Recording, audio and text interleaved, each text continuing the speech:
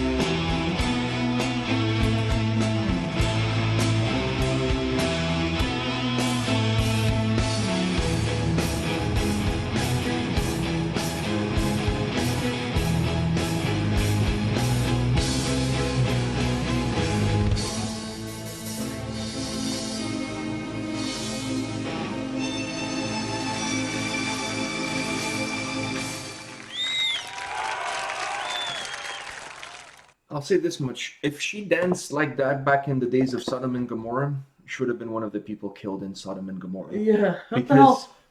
Because let me tell you, the Catholic Church is not fond of that kind of dancing. What the hell? Her voice, I mean, I wasn't sure what to expect. First of all, I didn't even knew it was a female lead singer until I saw her on stage. I had no idea. Symphonic metal band. Yeah, it would kind of have to be like a female singer in order to really give that symphonic metal aspect to it, I guess. But I didn't think about it. But you're right, I didn't think about it. But when I saw her coming out, I was like, okay, I don't know what to expect from her voice. Like, I don't know what it's going to sound like. Yeah. When she came out, I was like, holy crap. Like, she has such a, for lack of a better word, like a church kind of choir voice. Do you know what I mean? Like, really angelic choir church going voice. Like, really incredible. And I was like, wow. And it got better as the song, I don't know what the hell she was doing. She looks like she was on acid. Like, she looked like she had taken something. But her voice was absolutely incredible. Yeah. I really like that. I like the heaviness of the song. What was that melody that the song started off with? It was like a kind of I was gonna say like Middle Eastern kind of. Yes, well, Sodom and Gomorrah was in the Middle East. I mean, it didn't happen in freaking Finland. You know, like there was no Sodom and Gomorrah in Finland. You know, like Moses was not walking around Helsinki for 40 years. You know, until he was allowed. Well, actually, he was never allowed in the Holy Land. Tuska?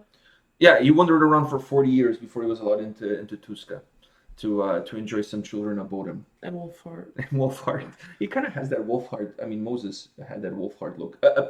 I don't know if he had that look. I've never met the guy, but according to the movie, The Ten Commandments, he kind of had that Charlton Heston Wolfheart look to him. You know what I mean? With his staff, and he walked around with it. You know.